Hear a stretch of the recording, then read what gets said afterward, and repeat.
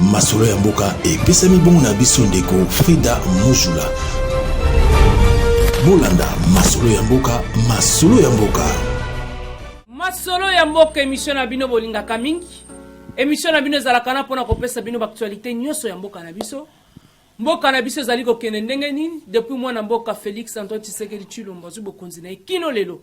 Est-ce que changement ezobi ezati? Lelo tozana matanga munene to perdre mutu munene cardinal Laurent Mosengo akufi. Ezo sala pasi na mawa. Atiki trou munene na mboka na biso. Mais masolo na biso lelo na kobeta ngonga yi moko te. Azo beta ngona papa Molière, député national. Et le ngone to so beta masolo lelo. Bonjour papa Molière. Maman Frida, bonjour. Au bout, ça toujours les députés les plus élus. Papa Molière, basi ba yebate. Et qu'on a raté, il faut que ça on a biran à marteau.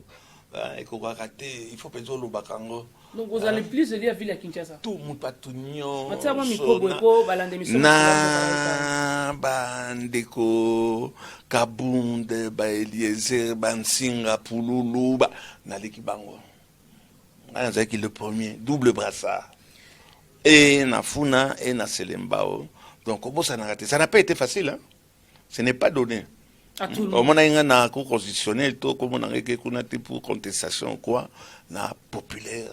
Non seulement na Kinshasa, mais na Funa Selembao, route Kolobate. Na pesi à maman Christelle, Vanga, et c'est Azaï, na pesi Mbote, puisque, comme moi, ma solo na épée, na espère que le Tokolobango. Merci beaucoup, papa Molière. Aux députés les plus élus. Pas le mieux, le plus. Ah, papa Molière. Tu sais, Mikumisa, tu sais, papa Molière. Mais yo ni benza ke ba kumisa ngaite. Na betia wa zelana no. Awa benza mon to ke na n'importe quel député. Awa to homme politique. To kita sur le terrain. To kotala ba robinga nan. Le grand Niao. À vous. Le grand Niao à vous. Na lobi bo le grand Niao. Likambo oyo ezo betisa batu ebele mabaku. Likambo ya loi ya Noël Chani pa utaki déposer na assemblée pour ozala au postuler na ba élection présidentielle. Il faut la congolais des pères et des mères. Papa Molière yo lobi boni na loi wana. Loi wana eza loi moko ya bozoba. Na oki bien te? Na arpété le kola baluba balobaka. Le kola baluba balobaka arpété, hein, j'arpète. Eza loi moko ya bozoba. Eza na tina moko te. Ce n'est pas d'abord, puisque, et ça a vu à Mouto. Tant qu'il y a fingité, bon. Et ça a vu naïe. Mais est-ce que c'était vraiment le moment? Tout ça, on a une élection dans 2 ans. Et ça, Kouya. On a une élection en an. Pour la biso, la union sacrée, nous avons une union sacrée. Tu as vu déjà que tu as gagné en gros, na Fachi Béton.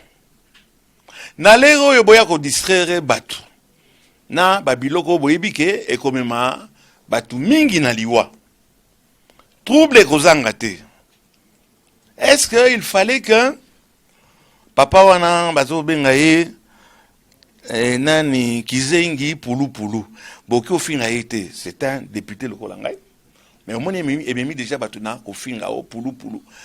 C'est un député lokola ngai azamayele ayekola. Mais est-ce que c'était vraiment le moment? Est-ce que c'est nécessaire? N'a pas période où nous avons traversé, n'avait ya ba élection et que ça là nini, puisque zali kaka, tout le combat ya derota nan. Bato ba ko se présenter te. Donc et pas na biso to yebiza fachi beton. Bobando kamata bobando pesa chairman Moïse Katumbi bozo pesa e on dirait Lupemba. Na bien na ça na un monsieur correct et puis à Sali, na province ya Katanga, na yibite so butumoko, à Sali, lokola Moïse Katumbi à Sali. Bon. Est-ce que ça peut être nécessaire en ce moment-ci, au que nous l'exabiso, tango, na babiloko des pères et des mères. Des pères et des mères, on a dit que ça là, nini. Ça fait 60 ans. Tout ça géré par des pères et des mères. Et ça, il est mon côté. Et que changer le mon côté et ça kaka bato monaka balukakande ba buzz balobela bango ba buzz ma yebi conséquence ya buzz te pona yo lingo yebisanga ke Noël Chania zulukande buzz yebi conséquence ya buzz te tolo banana no masolo ya mboka Noël Chania na yebi bien Noël Chani azalaka congolais azalaka congolais azalaka isusu te akei obeta libanga na États-Unis d'Amérique akamati atiki nationalité na ye akimi nationalité na ye wana akamati atiki nationalité na ye akei obeta libanga kuna esimbi toyeba nazalaki kuna nazalaki soki bovote ngai en tant que gouverneur mboka ekobonga etc mais esika yo outi otiki nini otiki sango ya mabe oyo babenganaka yo na mosala mpona makambo ya basi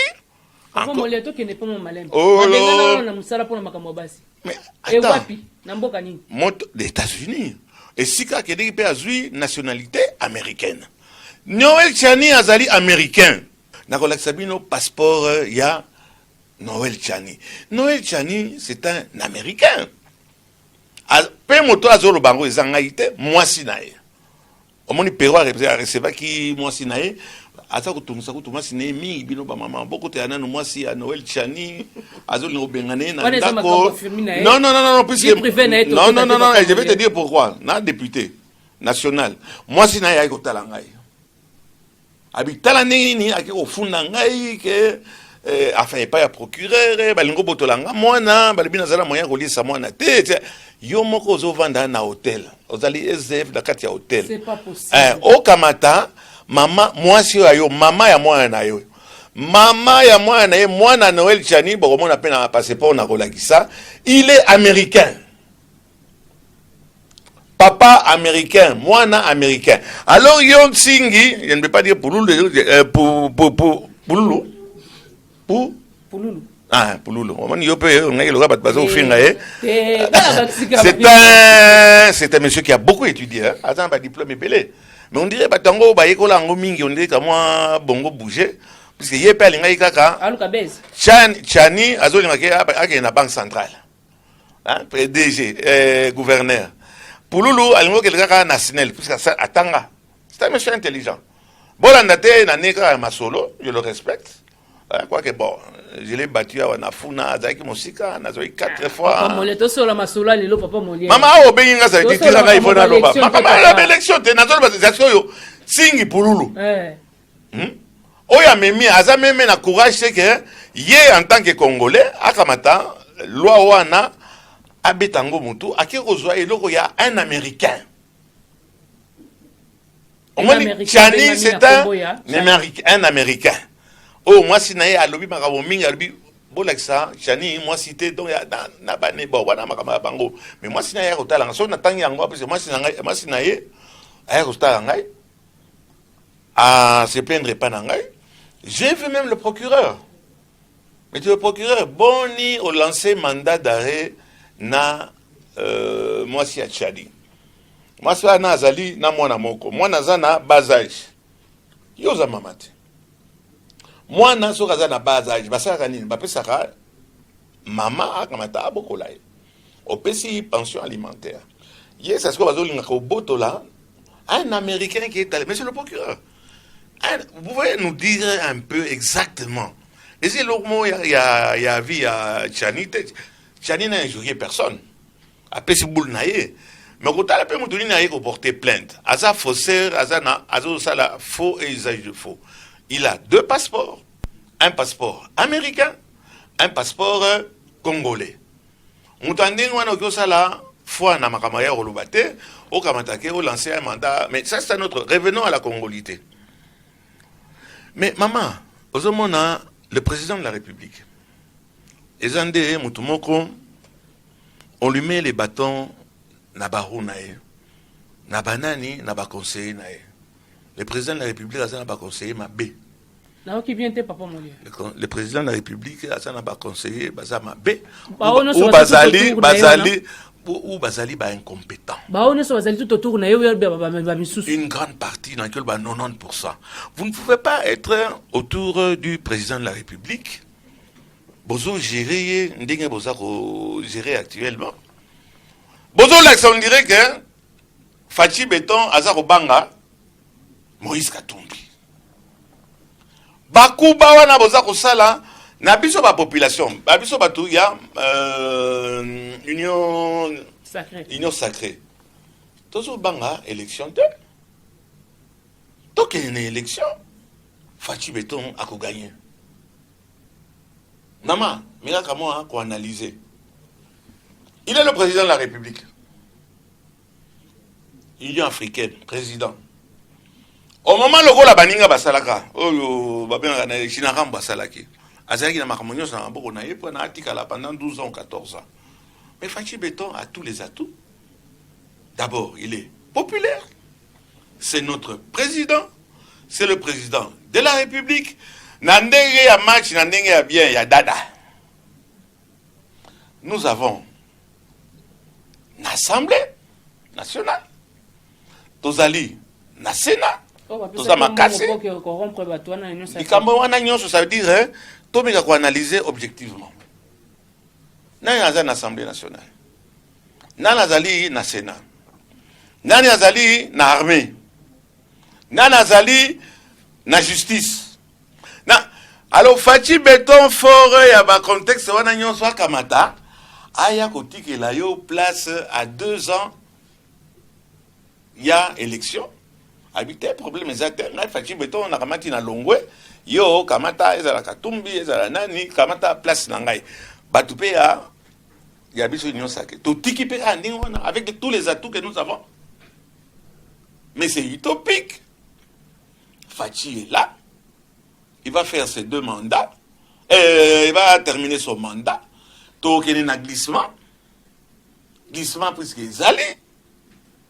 Et Zali pour la ligne. Glissement et Zali. Glissement et Zali pour la ligne. Pendant qu'on trichait, c'est tout ça bien assis. Mais pourquoi vous avez la loi au Tchad? Zélana, nous, tout ça, on a un glissement. On va aller du coq à l'âne. Glissement ezali puisque au niveau administratif, tous apprêtés, que ça là, recensement, on ne peut plus le faire en 2 ans.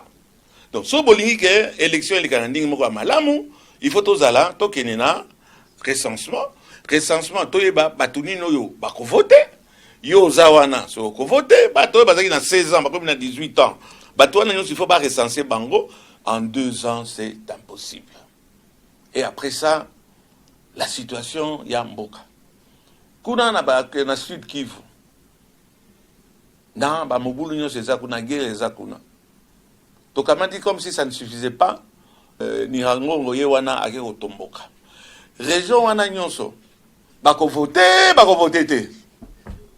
Nani ake otomboka papa Molière? Hein? Nani ake otomboka? Ni la cause atomika nini? Tento ki olobi ke mutu ake otomboka kuna, nani ake otomboka? Bateau bazakuna bazaoutia les bâtons dans les roues na mokonzi. Ce n'est pas facile. Cette histoire-là dire depuis 40, 50 ans oscillateurs, Fachi Akindeki, vous avez tous massacré le Gola Liboso. Rome n'a pas été construit en un jour. Voilà, maman, pour te dire tout simplement que Makamoya Tchani, il pouvait attendre. Nous tout le monde a bangate. Congolité vis-à-vis de qui? Normalement, c'est ce qu'on va te conseiller mon cause. Maintenant, on a résumé un peu. Basé sur la collection, on dirait que Union sacrée, Toza Kobanga, Maurice Katumbi. Ou bien ensemble. Toké, Skasiko, Nandenge, ya élection. Le président est bien assez. A même Makamsousou, il y a entourage, il y a géré ma bé, comme bébé sanitaire, il y a Congolais. Des autres arbres, pendant que tu c'est dans un monde politique, un peu trop parole. Toza, et le gouvernement y a bino ya congolité, et ça n'a tina ta mokoté. Et comme manga ba boma batu, ye chani ya kokima na ambassade des États-Unis. Ba ko soye ba ko protéger na mwana na yaza américain, mais na limite que papa Tshisekedi avant dikimia. Et sika zali. Nazo mona za ko tourner na kati ya cercueil na ye, na makama pesa lobaki so boseli kama mabe. Na retourner. Na kati ya cercueil wana zoto. Oyebi kuna azalina. Et si azali. Mama, oyebi yokama. Cercueil Etienne Tshisekedi azako baluka azako sepela makambo ezoleka te puisque si azali oyebi azobengene nini? Oh, ventilateur. Ventilateur tellement azako tourner tellement makambo mabe ezomonana. Ba petit wana. Baza ko souffrir moi le royaume kolobia gaz banini le coutant c'est malheureux mais ils ne sont pas contents et c'est leur droit puisque zela mokomboso ezo koma karate. Papa Molière to le bela de ce tali de ce matata. Matata Pone. Tokaki Matata Pone bakangi, toyoka susu ba relâcher pour na yo. Eza justice ne sala musala nango. Eza acharnement. Oh. Eza acharnement, eza justice. Puisqu'il y a suffisamment de faits oyo baki olandela Matata. Mais wana bozolinga ko tricher lokola komeka ko écarter Moïse Katumbi. Comme au Kamata Matata Bakangaye, mais Bakangaye, oui, n'a pas preuve. Likambo biso doyebi ya Matata, ezaya Bukangalonso. Bukangalonso, il y a quelque chose qui n'a pas été. Bon, et bungi, tokyo tika ngoni wanate. Des dossiers wana, toza kotia biso nyonso, miso. Bolongwe wana, bomoni ke nyamu nyamu, eleki na niveau ya, pas d'assemblée, ya Sénat. Boke ko inventer une histoire au badédommage qui ba organisation te mais to bimizo ba mais justice quand même c'est quelque chose ba bité kuna et le comment rezate alors et pesi sous du caca na nzoto ya justice na biso donc ba toi na nyoso kana zolo ba que les conseillers on n'avait pas besoin il y a procès il y a Matata pour la zérinisation on n'en avait pas besoin. Vous devez abattre Matata. Ça n'a pas été. Et ça, sur qui ça tombe? Sur le président de la République. Badossé bazo mêlé, badossé moko ezanga tina. Tout là na Bukangalonzo, mbonga Bukangalonzo ezawapi. Toko tika nguninga wana te. Oyoki bakaki mutu na Bukangalonzo. Mbonga wana nyonso eke wapi? IGF Angelette. Mais Angelette oyo liboso nazaki tellement content na été mais la mona zo sala musala moko. Il faut dénoncer. Mais au Kanga Batuboni, tu vas dire que ce n'est pas ton rôle, au Kanga Batuboni, au Tina Bango na justice, wana bakangi bango, au Monique Mongo wana, ba ibaki, ils ont élu population. Ils ont eu na carte ya caisse à l'État, population peut amoni à l'objet, ah, bongo bakangaki, bongo ba retrouvaki, bakangaki bateau, bakamati, ils ont une. Donc, ils ont un cinéma, ça là, cinéma jusqu'à présent, et c'est bien malheureux que nous continuons sur cette lancée-là. Merci beaucoup, Papa Molière. Tozo chuté déjà. Le bel abisono likambo ya loi organique. Ezo kene ndengeni pour na ba poste aseni. Yo mutoza kutu na kati ensemble, to ki ba bongo ba corruption ezo tambola déjà pour na ba kombo ba to bima. Et bien Papa Molière lo ba na vérité. Tout ça, ils ont entourage, il y a président de la République. Mais depuis, ils ont entourage. Mais maman, Mokozi, à tout ça, mon côté, on est d'accord. Il a beaucoup de dossiers. Il y a un Kamati, 1000 conseillers. Oyo, Bagayaka plus qu'il y a Papa Molière. Ils n'ont pas conseillé, Mokozi, na Babilo, Kwaningwana, et ça, les matés, qui y a un Moko, ya Malam. Mais ceux qui n'ont pas conseillé, Baza, Mabibama, ils ont ça, Maningin. Tala myo moko zolo baba ali bakanyaka wana eza prolongation ya Shinarambo makamyo zolo bage eza Shinarambo oyo toza ko vivre lelo oyo toza ko vivre lelo on dirait zali prolongation ya Shinarambo ngaite Papa Molière corruption Shinarambo ni tete que président ya ba beti kola mesa avec oboni makamba IGF fazo sala bikolo yo makambo ministre quelques ministres bazo sala kamena ndingi moko ya malamu bon mosusu bazo la ka pongi même to lokola monsieur Kazadi azoko tsambonge bandikama tozo komona na banque mais population azo mona ngote mais ça continuité à Shinarambo yo yebisa na Shinarambo na lelo ko nini pezo moni ke changer tenga na lobana ngati Papa ko banga toza ko vivre mituna awa Papa Molière no yana lanka na mituna na ngai mama na yinga mituma na yo na fingi moto allons-y to fingi na biso mutu OK tokei prolongation kaka ya Shinarambo to fingi mutu te Papa Molière babi Papa Molière mikolo yo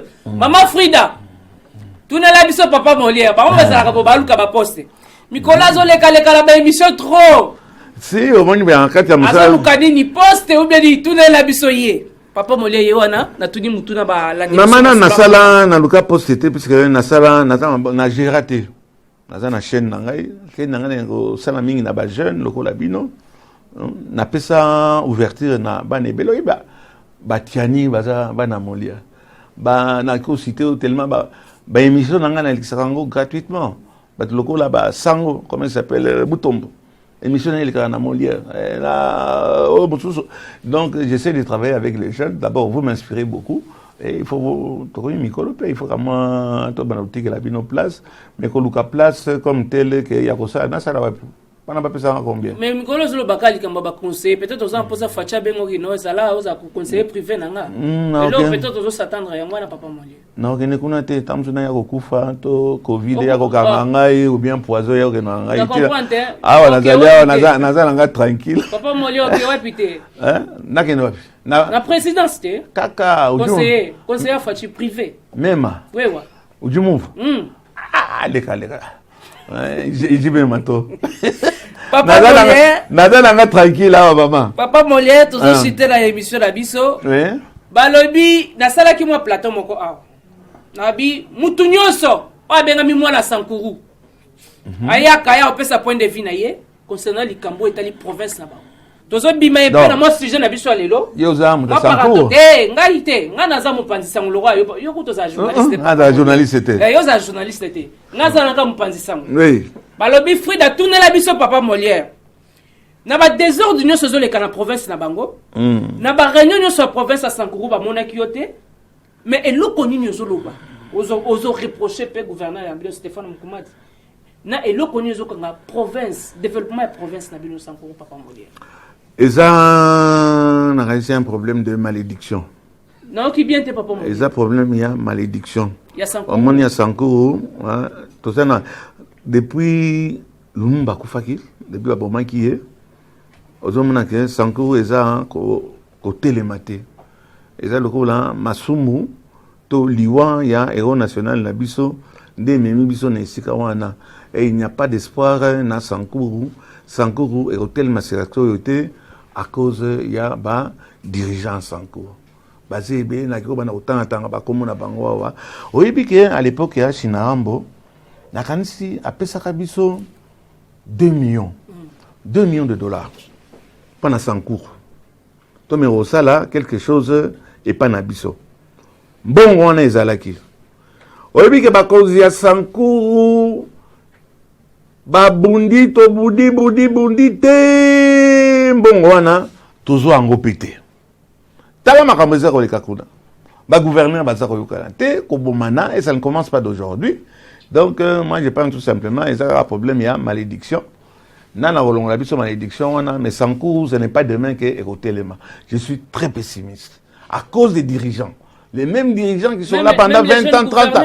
Bango nyonso na ba gouverneur na ba ancien ministre na ba totanga bango nyonso je ne sais pas ba Mende ba Okitundu ba on peut bango nyonso ba comment il s'appelle encore l'autre là.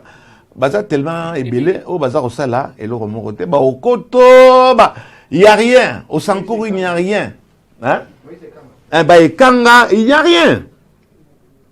Toinana, tout ça, la rassemble. Omoni, politique, il y a ba russe, ba américain. Autre, il y a banaka, na liboso, il y a ba caméra. Mais sur les terrains, Sankuru, mais ils ont mourir. S'il n'y avait pas un peu de diamants là-bas, qu'est-ce qu'il y a au Sankuru? On est enclavé, il n'y a rien, il n'y a pas de route. Mais c'est pas la binote, papa Molière. Vous savez, la émission finga que papa tout sous mais pas la binote, vous en avez l'autre, tiché, papa Molière. Non, papa Molière. Maman, et le comment vous êtes, et le cas, bon, tout ça, mon sika na balou baté, hein, au moins qu'il na balou bapé, pas na bango. Eh, pas la binote Zabier, papa Molière, tika. Balou bapé, bon, ce n'est pas grave, en tout cas, c'est mieux que chez nous. Ça, c'est un fait. Mais awa, et ça, problème, il y a, bah, dirigeant, tout ça, bah, dirigeant, les tétés là, les dirigeants tétés là sont mauvais, incompétents, rancuniers. Parce que ce qu'on moni, mingi, on a été, mais mingi, ils n'ont rien fait pour chez nous. Aussi, on a une école, on a une université, quoi. Papa Molière, tu sais, match nous ça. Tu vois, tu as belé, tu as na sujet na biso. Papa Molière, tu as kaki, que Noël Chani, azose la poste au ya rozala gouverneur à Banque centrale. Mais surprise, tout le monde va nommer moi na moi si azo occupé poste wana. Papa Molière, point de vue dans ça. Noël Chani na évidemment na zo ta la yi. Maman, voilà ça, voilà fait dans zo seka. Bah. Na recommencer. Bandela. Caméra, botala va Frida. Botala papa Molière. Tala. Papa Molière bandela question nga. Bon on s'est caté. On s'est dit ça. On s'est caté. Donc on s'est quitté. Ngaïté papa Molière. Noël Chani ayaki awa alobi ke poste va les aye. bakamate la bétier. Quel est le problème de Noël Chani? Donc babete mukamate. Unishikie. Umupique, umufunge. Il faut qu'on mufunga déjà dans deux passeports. Ça c'est pas numéro. Le problème de Chani est que congolité ou bien quoi? Il a un problème, il veut redevenir congolais. Puisqu'il est américain. Chani est américain. Ake okosa Pululu. Figi. L'honorable. Bangomi bale wana bazoto ka poste. On sous na SNEL, on sous na Banque du Congo. Banque du Congo paye béton. Monsieur, oh ya SNEL suko ba chez ngai te papa moli. O tiko lokela ba problème papa moli. Ba boy ba wale fe ngai. Papa moli boko ya SNEL suko. SNEL PDG moko. Pululu ok na SNEL. Na makam na ibisoli ka moko tozo oseka. Omoni souvent na ngami ko seka ba omoni député. Ah obele ko seka ba non. Na style ya ngai yoyo. Na batu bingi balanda ka ngai. Mon message passe. Sigi Pululu yebike alingai ko boma honorable Lukulasi. C'est pas possible. Oui. Diamangé Lukulasi. Pourquoi aux hommes que Sigi Pululu azaki liboso na opposition? Ayeko longa kuna ayeko ke desasikoyo epa ya Shinarambo. Lelo akomi ayeko koma epa na biso. Na ebisaka ye papa. Yo, oye na union sacrée. Sigi Pululu alinga olata mingi teni ya ba militaire. On a la tenue militaire, on a voté pendant que Mabunda Bima, Sigi Pululu a eu la tenue militaire, on a tenue naïe, avec un gilet par balle. C'est pas possible. Gilet par balle, les armes. Gilet par balle, les chemise. Je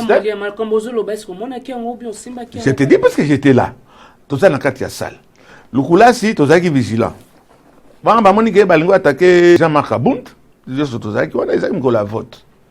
Akamate afuya moni ndenge Pululu aza kotambola amoni za succès azotama lokola Shinarambo bakamata basuye boye gilet par balle tenue ya militaire likolo mais yoza militaire te tenue par balle likolo bake oza se protéger contre ba balle olete ngoni ba betaki Lukulasi ditete ba combattant bazalaki wana nde basovaki Lukulasi honorable Lukulasi.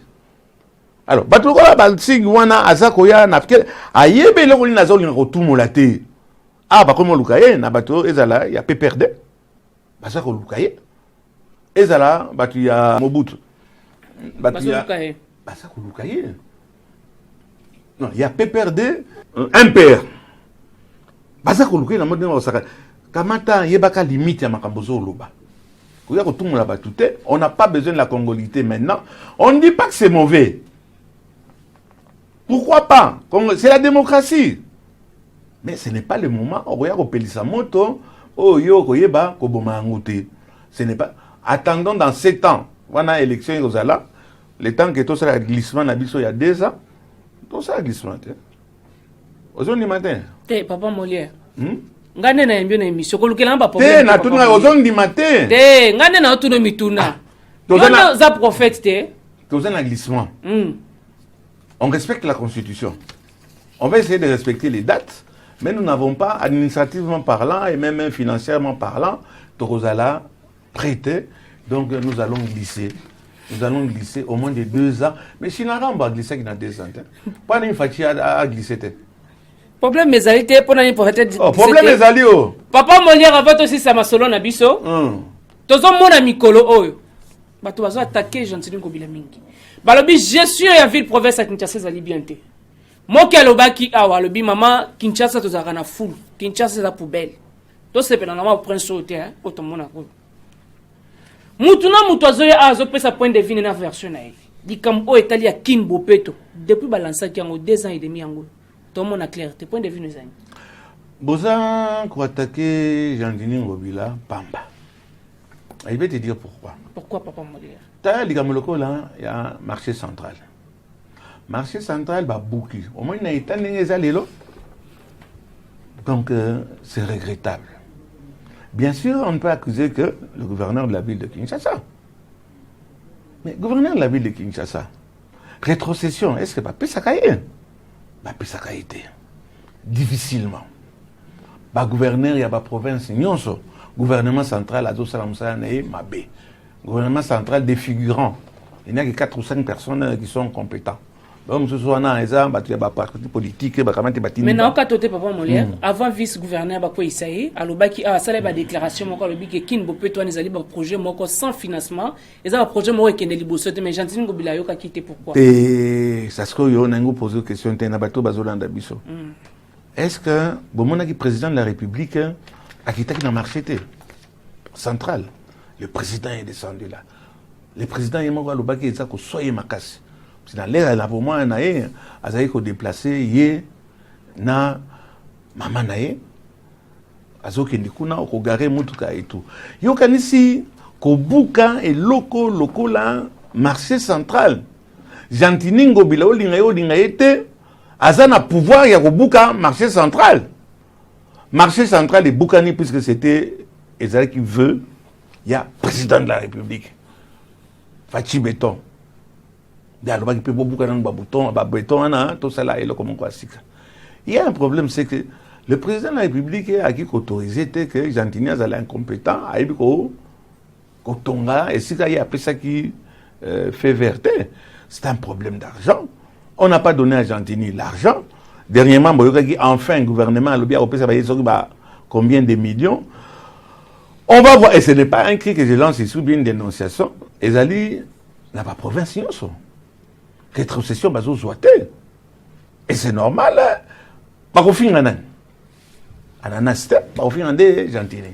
Donc Gentini azawana yope papa Molière na boy ba problème au moins que depuis les nos Gentini Ngobila azana ba moyen il y a politique à ba moyen n'a été moyen politique n'a été, c'est un problème d'argent.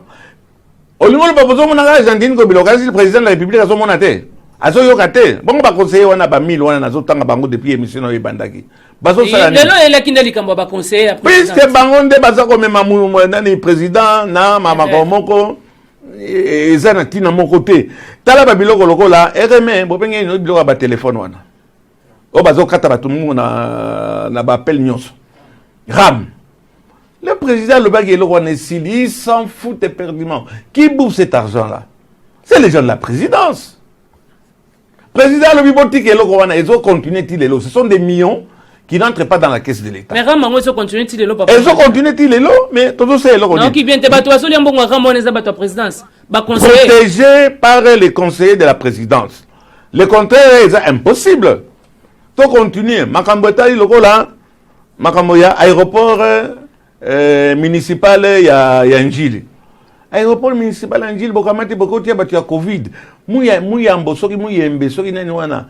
Ils bouffent de l'argent. Parlons aussi de Covid, Papa Molière. C'est ça, Papa Molière. Bazar au percevoir l'État, à le bac, ils ont $30. Pas un test. Test, on a $45. $45 dans l'aéroport, Sokoza Nangote, Bakamati, Bakangio. Bakio kangayote pana outi mboka mosusu esika biso zoke na ba test na biso bazo ndima lokola na Afrique du Sud. Oya on a test ba Afrique du Sud bango bakamati ba boy. Mbongo wana il faut ko tande na Dégérat, il faut ko ta quelque part. Mouyembe na équipe na ya présidence.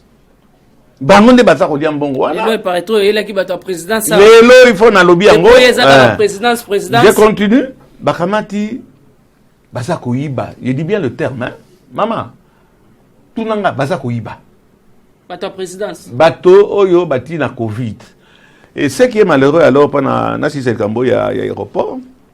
Oyebi conseiller à président Béa. Béa azaki na DGM. Pendant kotala batinyans bazo bima bazo kota akotaki DGM ezalaki na C. Ezalaki mabe. François Béa bundi te ngaya nazaki kotonga ye matin midi soir. Na surtout na ba Jean na donc bazana ba tenite soka beti sali omoni teni e pasuki omoni na sapato omona lokola moto moko batonga œuvre d'art moko tellement atonga mal habillé et tout. François Béa Kamati a informatisé atike lokola na kitoko. Maintenant l'actuel DG, il y a DGM, mais c'est le DG de la DGM. J'espère ba Jean na yo ba koyebisa yo. Maman, okomi kuna akomi association de malfaiteurs avec qui? Avec Batuya Mouyembe. Non, qui bien t'es? Association de malfaiteurs avec Batuya Mouyembe. DG à DGM. Ok. Association de malfaiteurs. La DGM a pour mission et vocation de contrôler Bateau Basako Kota, na Bateau Basako Bima.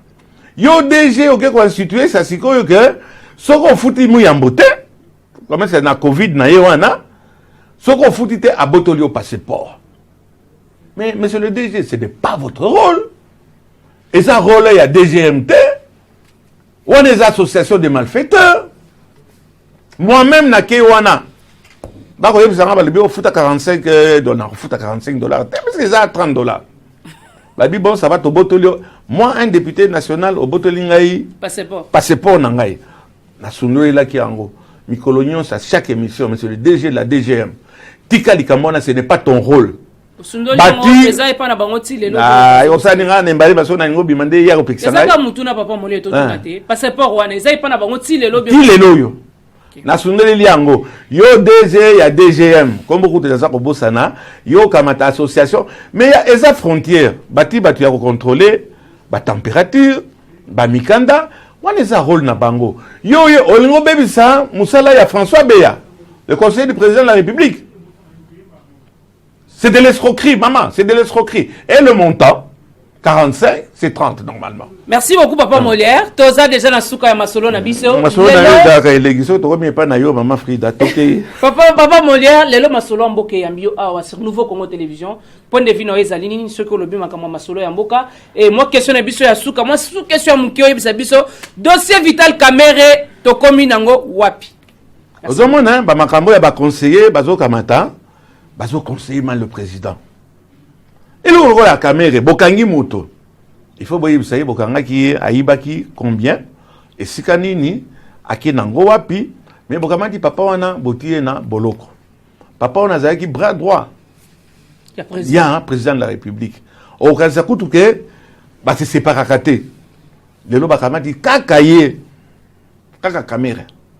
Babi bo nyon so mususu Bokama dit. Papa Moliolo balika mo Kamerhe zo salo passe na mutema. C'est un ami. Un ami, un grand ami. Avec Vital, tout ça célibataire. Un antobalité. Donc ça fait des années. Ce qu'il faut pas qu'on aille. Mais Aïbi Nini, Aïbi combien? Aïbi Wapi et Ibanité. Au moins le président de la République a dit non, Azam tout le monde est correct, enfin, tellement. Alors, bonjour quand il prend Nini, puis c'est pas tout le monde sur Bazaki na Pembe, il n'a pas dit bango.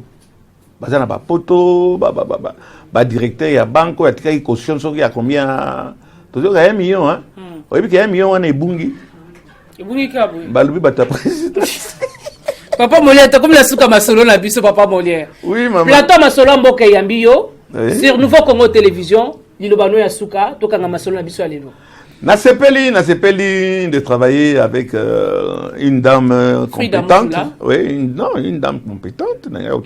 Après, jeune et compétente dans un bon studio moko formidable. Sur hôtel ba caméra, ba 4K na moniteur diawa. Donc vous avez une image mai. Donc son kitoko. Félicitations à DG Nabino. Merci beaucoup, Madame Godelive Kalombo. Oui, félicitations à elle. Félicitations, il y a balé qu'on a eu de bazar au salaire. Moi, il y a un petit batete là, bon problème. Masolo ya mboka ya lelo et ya maki Papa Molière. Bon, non, fruit de eux, ça Papa Molière là, ta chemise à Pembe. Il ça bango c'est coïncider Papa Molière. Bon, mais Pembe d'abord ils ont bien, ils ont couleur, moi ils ont d'abord Pembe ils ont couleur té. Pembe na noir ils ont ba couleur té. Ça fait propre. Kitoko maman ça fait style. Il y a un bateau balangolata ba cravate, bolata cravate na chemise à Pembe. Ah. Masolo mboka lelo yambaki Papa Molière ngala koloba mingi te to komi na suka masolo na biso. Merci mingi na Papa Molière na ndengo yoko yamba invitation na biso masolo ya mboka to beta kaka pe balanda ka Papa Molière landaka. Okoza décider. Merci na Christopher Wazaki Sima ba no réaliser émission. Merci na Hervé Kachama. Merci na Rolly Nawez na bosani Jean-Marie T. Madame Christelle Lazara toujours on a pour assister Madame Frida Moujoula.